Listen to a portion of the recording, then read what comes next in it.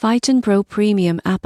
The pros, the cons. Most people assume great fitness apps come with a high price tag, but FitOn challenges that belief. It's one of the most popular free workout platforms, and its Pro version adds extra tools that make it even more powerful. So, what are the real pros and cons of FitOn Pro? Let's start with the pros. FitOn's biggest strength is accessibility. Even in its free version, you get hundreds of on-demand workouts from celebrity trainers like Gabrielle Union and Jonathan Van Ness. The sessions cover everything from cardio and strength to meditation and mobility. FitOn Pro takes it up a notch with meal plans, offline downloads, premium music and personalized workout recommendations. You can also connect your fitness devices to track progress more accurately. The app is beautifully designed, easy to use, and surprisingly motivating, thanks to its gamified progress tracking and community leaderboard. Now, for the cons. While FitOn Pro adds valuable extras, the free version is already so robust that some users may not find the upgrade essential.